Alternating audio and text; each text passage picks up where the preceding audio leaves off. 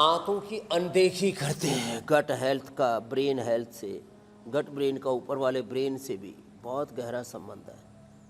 जीरा, धनिया, मेथी, सौंफ, अजवाइन का पानी अथवा सर्वकल्प कायाकल्प का काढ़ा या लिवोग्रिट या खाने के बाद कुमारिया सब पुनर्नवारिष्ट द्राक्षा सवादे ले लिया कर। या एप्पल का और एप्पल विनेगर, जामुन विनेगर शुगर वालों के लिए, और चुकंदर का विनेगर जिनका लो हीमोग्लोबिन है। कुछ तो ऐसा कर लो मेरे भाई बहन, खाने के पहले अनार, और देखो 3 चीज़ें, खाने के पहले अनार, सलाद आदि खाने के, और खाना धीरे धीरे, खाने के बाद अभी वर्षात में दही छाछ मना कर देते हैं। विनेगर या आसवरिष्ठ एप्पल का, जामुन का, और ये जैसे मैंने कहा चुकंदर का बेस्ट है। और ऐसे ही जिनके आंतों में सूजन हो उनके लिए पुनर्नवादि बनो, कब्ज है तो अभयारिष्ट, कोलाइटिस है तो कुर्जारिष्ट। सामान्य रूप से ऐसे द्राक्षास और पेट के लिए बड़े अच्छे होते हैं, तो ये ले लिया करें खाने के बाद। और हाँ, ये चीज़ें बड़ी महत्वपूर्ण है। नहीं तो लोग क्या करते हैं, जिनको बहुत भयंकर कब्ज रहता है, पेट बहुत ही गड़बड़ है, तो थोड़े दिन तक शाम के खाने के फिर आधा एक घंटे बाद त्रिफला चूर्ण ले लिया करें। तो छोटी छोटी बातों का ध्यान रखेंगे तो कोलाइटिस के लिए तो कोलोग्रिट, कुटजारिष्ट, कुटजगनवटी, कॉन्स्टिपेशन के लिए अभयारिष्ट, त्रिफला या शुद्धि चूर्ण, और गैस के लिए तो गैस सहर, लवण भास्कर, हिंगवेस्टक आदि। ये थोड़ा आप पहले ग्रास के साथ, रोटी के साथ भी ले सकते हैं, अथवा थोड़ा पतली सी छाछ औषधि के तौर पर आधा गिलास, वो जग भर के नहीं पीना। कुछ लोग जग भर के चाय पीते हैं, छाय पीते हैं, वो सब देखो स्वस्थ आदमी के ऊपर तो नियम लागू नहीं होता। बाकी अति सर्वत्र वर्जित। एक सत्यानंद गांव के लोग सत्यानाशी कहते थे लेकिन उनको मैं देखा हूँ रोज 1-2 किलो छाछ पिए, बोले छाछ बड़ी अच्छी है। वैसे भी बड़े टेरर थे, लेकिन बहुत ज़्यादा जो आपने बताया ना नमक और मीठा, वो इतना मीठा खाते थे। छाछ में मतलब लस्सी में, दही में आधा किलो बर्फी डाल करके लस्सी बना के पी जाए, किडनी फेल होगी उनकी, मरे। फिर मैं आपको 1-2 चम्मच से ज़्यादा चीनी नहीं भाई।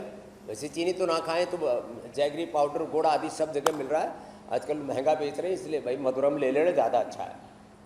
देखो, तो एक तो ये जैगरी पाउडर, ये भी दिन भर में 25-50 ग्राम से ज़्यादा नहीं। नमक तो 5 ग्राम से ज़्यादा नहीं लेने चाहिए, 50 ग्राम से ज़्यादा मीठा नहीं, गुड़ शक्कर आदि किसी भी रूप में, और 5 ग्राम से ज़्यादा नमक नहीं। और नमक भी सेंधा हो तो ज़्यादा अच्छा, बाकी नॉर्मल भी खाना हो तो 5 ग्राम से ज़्यादा नहीं खाना। ऐसी कुछ चीज़ें तय कर लेनी चाहिए ना, जैसे हमने तय किया हुआ ये खाना है या नहीं खाना। बिल्कुल, कुछ भी खाते पीते रहना, कैसे भी ज़िंदगी जी लेना, किसी भी टाइम सोना, किसी भी टाइम उठना, ऐसे काम नहीं चलने वाला। ज़रा लाइफ को ज़रा डिसिप्लिन कीजिए कि मैं ये करूँगा, ये नहीं करूँगा। और व्यवस्था ठीक नहीं है, डिसिप्लिन्ड लाइफ। अच्छा स्वामी जी, कई बार लोगों को बार बार यूरिन इन्फेक्शन हो जाता है, जलन की शिकायत, बार बार यूरिन जाने की दिक्कत। अब अगर इन्फेक्शन पूरी तरह से स्वामी जी ठीक ना हो, ये बहुत होता है। अगर इन्फेक्शन स्वामी जी पूरी तरह से ठीक ना हो और सूजन लंबे वक्त तक बनी रहे, तो ऐसे में ज़रा यूरिनरी ट्रैक सिस्टम जो पूरा है और जो पेल्विक का पूरा एरिया है, इसको मजबूत बनाने के लिए एक सेशन करवा दीजिए। तो देखो, एक तो पवन मुक्तासन, उत्तान पादासन बताया था कोई, यदि ये ऐसे उत्थित पद्मासन कर लेना, ये पेल्विक हेल्थ के लिए बड़ा अच्छा होता है। उत्थित पद्मासन, पवन मुक्तासन, उत्तान पादासन, और जो कर सके तो ये देखो, ये मयूरासन, इसमें तो थोड़ी प्रैक्टिस रिक्वायर्ड है ऐसे। और कपालभाति तो सब कर सकते। मेरे से भूल हो गई, कल ध्यान ही नहीं रहा, पानी कम पिया गया, तो मैंने देखा सुबह सुबह थोड़ा कुछ अटपटा सा लग रहा है, कुछ हल्का सा, तो 2 गिलास पानी पी लिया, तुरंत ठीक हो गया। तो पानी पूरा पीना चाहिए। गोखरू, और ये आज ही की बात बता रहा हूँ, हुई बात बता रहा हूँ। कई बार ध्यान ही नहीं रहता, इतने काम में बिजी हो जाते हैं, इतने चारों तरफ जो है आपके सामने कार्य होते हैं, इतनी ज़्यादा आपके सामने चुनौतियाँ होती हैं, इतनी ज़्यादा सेवाएं होती हैं, भूल जाते हैं उसमें। ध्यान रखें, पानी की बोतल साथ ही में रखनी चाहिए। तो खैर, गोखरू जो इसके लिए सबसे अच्छे हैं। वैसे चंद्र प्रभावटी या गोक्षरादि गुगुल 1-1 एक सडन एज के बाद 40-50 साल की उम्र के बाद पहले ले लिया करते थे, तो पुरुषों में कभी कोई प्रोस्टेट की प्रॉब्लम नहीं होती थी, और माँ बहन बेटियों में भी किसी भी तरह से यूरिन लीकेज और भी बहुत सारे हार्मोनल इम्बैलेंस, बहुत तरह के चैलेंजेस आते हैं। वैसे पीरियड के समय, मेनोपॉज के समय तो महिलाओं की ज़िंदगी में 3 बार उथल पुथल होती है। एक बार जब पीरियड शुरू होते हैं तब, फिर एक बार जब माँ बनती है तब, और एक बार जब ये पीरियड बंद होते हैं मेनोपॉज, बड़ा कष्ट देके जाते हैं। इसलिए नारी कांति वटी सब ले लिया करें, बेस्ट है।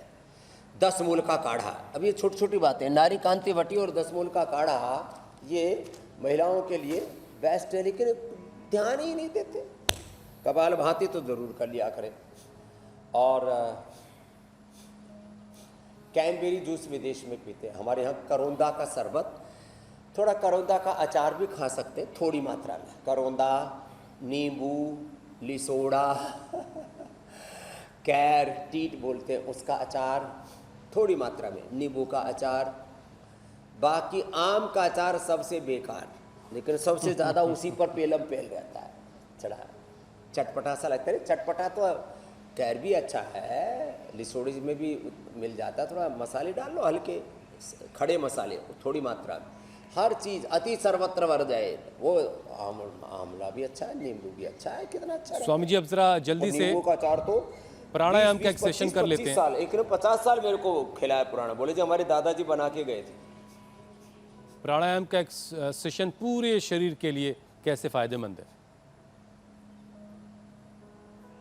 हाँ, बहुत जरूरी है। प्राणायाम तो परम औषधि है। 2400 किलोमीटर लंबा रेस्पिरेटरी ट्रैक, उससे जुड़ा हुआ सर्कुलेटरी ट्रैक 1 लाख किलोमीटर लंबा, उससे जुड़ा हुआ 63 अरब किलोमीटर लंबा हमारा डीएनए का ट्रैक पूरा, 37 ट्रिलियन सेल्स सारे एनर्जाइज हो जाते भस्त्रिका से।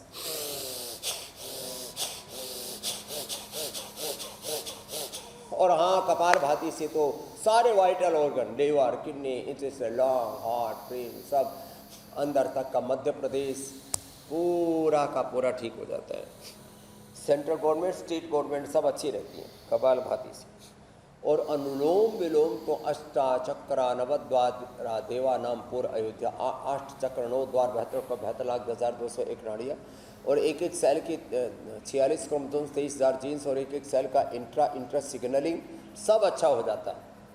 ये इंट्रा सेलुलर सिग्नलिंग, ओहो हो बहुत ही ज़बरदस्त है।